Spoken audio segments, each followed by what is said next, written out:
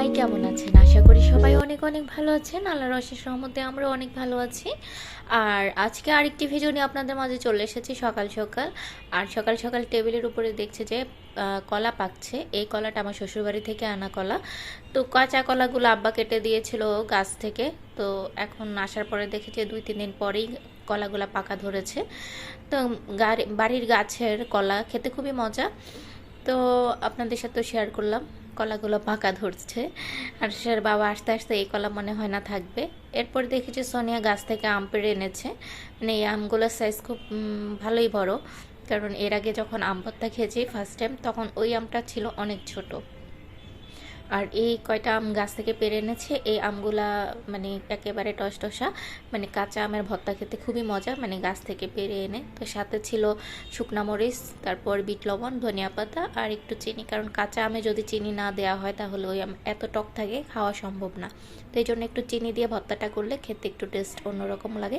আপনারা অবশ্যই ট্রাই করে দেখবেন। অনেকেই আবার মানে টক ভর্তার মধ্যে চিনি মিষ্টি কোনো কিছু দেওয়া পছন্দ করে না, কিন্তু আমরা সচরাচর যে যখন কাঁচা আমের ভর্তা করি তখন একটু চিনি বা আখের গুড়, মানে যে কোনো গুড় থাকলে ওই গুড় দিয়ে ভর্তাটা করলে খুবই মজা লাগে খেতে।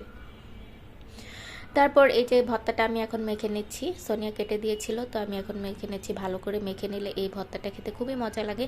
আর আমার কাছে দেখা যায় কুচানো মেশিনে যে ভর্তা করে ওইটা খুব একটা ভালো লাগে না খেতে, এভাবে ভর্তা করে খেতে খুবই ভালো লাগে। তারপর দুপুরবেলা রান্নাবান্না কে ছিল সেটা আপনাদের সাথে শেয়ার করে নিচ্ছি। বাবার বাড়িতে এসেছি, শুধু খাওয়া দাওয়া আর ঘোরাঘুরি, এছাড়া তো আর কোনো কাজে নেই। তো আজকের মেনুতে ছিল এগুলো, এটা ছিল থানকুনি পাতা দিয়ে আলুর ভর্তা ছিল। এই ভর্তাটা খুবই মজা লাগে, আমিও বাসায় মাঝে মাঝে ভর্তাটা করে খাই, কারণ আমার বাসায় থানকুনি পাতা আছে। আর এখানে তরকারি ছিল কয়েক রকমের। তো এই ছিল আজকে আমাদের দুপুরবেলার খাবার। তো বিকালে মানে দুপুরের পরে কিছুক্ষণ রেস্ট নিয়েছি। আসলে রেস্ট কি নিব, এখানে মানে কারেন্ট যেভাবে মানে ডিস্টার্ব করে, আসলে রেস্ট নেওয়ার মতন আর ইয়েই থাকে না। তো এখন আমরা বিকেলবেলা একটু বের হয়ে গিয়েছি, আমরা যাব আমার কাকার বাড়িতে। তো কাকার বাড়িতে যাওয়ার জন্য বের হয়ে গিয়েছি। আরস তো খুবই কান্নাকাটি করছিল।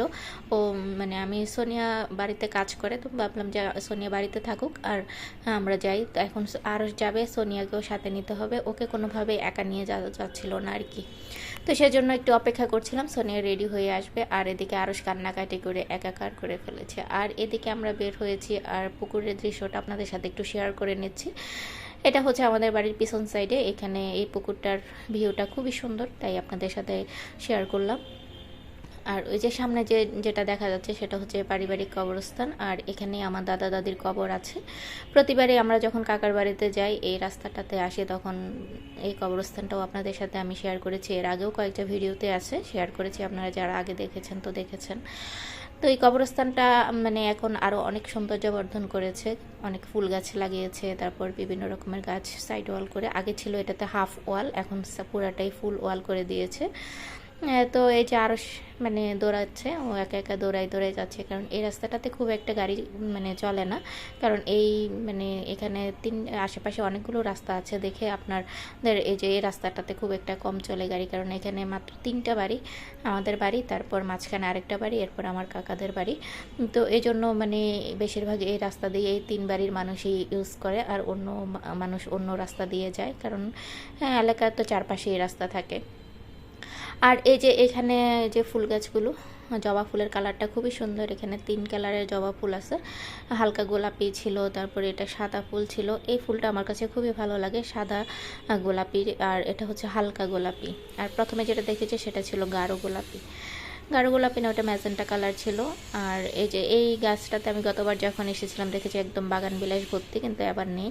আর এটা হচ্ছে মানে কবরস্থানের পাশে যে মসজিদ, এখানে 5 ওয়াক্ত নামাজ পড়া হয়, কিন্তু জুমার নামাজ পড়া হয় না। আর এই যে কাঁঠাল গাছ, কত কাঁঠাল ধরে আছে, এটাও কাকাদেরই কাঁঠাল গাছ। আর এই যে আমরা আসছি, আর এই পুকুরটাও কাকাদের পুকুর, বাড়ির সামনে। তো এই পুকুরে আমরা মানে অনেক আগে মাছ ধরেছিলাম, বসে দিয়ে মাছ ধরেছি, কিন্তু ওই যে বাড়ির একটা ছোট পুকুর আর কি, কিন্তু এই পুকুরে মাছও অনেক মজা। তারপরে যে বাড়িতে ঢুকে গিয়েছি, সবাই কোথায় আছে দেখি। তো অনেকক্ষণ আমরা গল্প করেছি, গল্প করার পরে এখন নাস্তা করে নিচ্ছি, নাস্তা করে আরও বেশ কিছুক্ষণ গল্প করে তারপর আমরা চলে এসেছি। এরপরে আসলে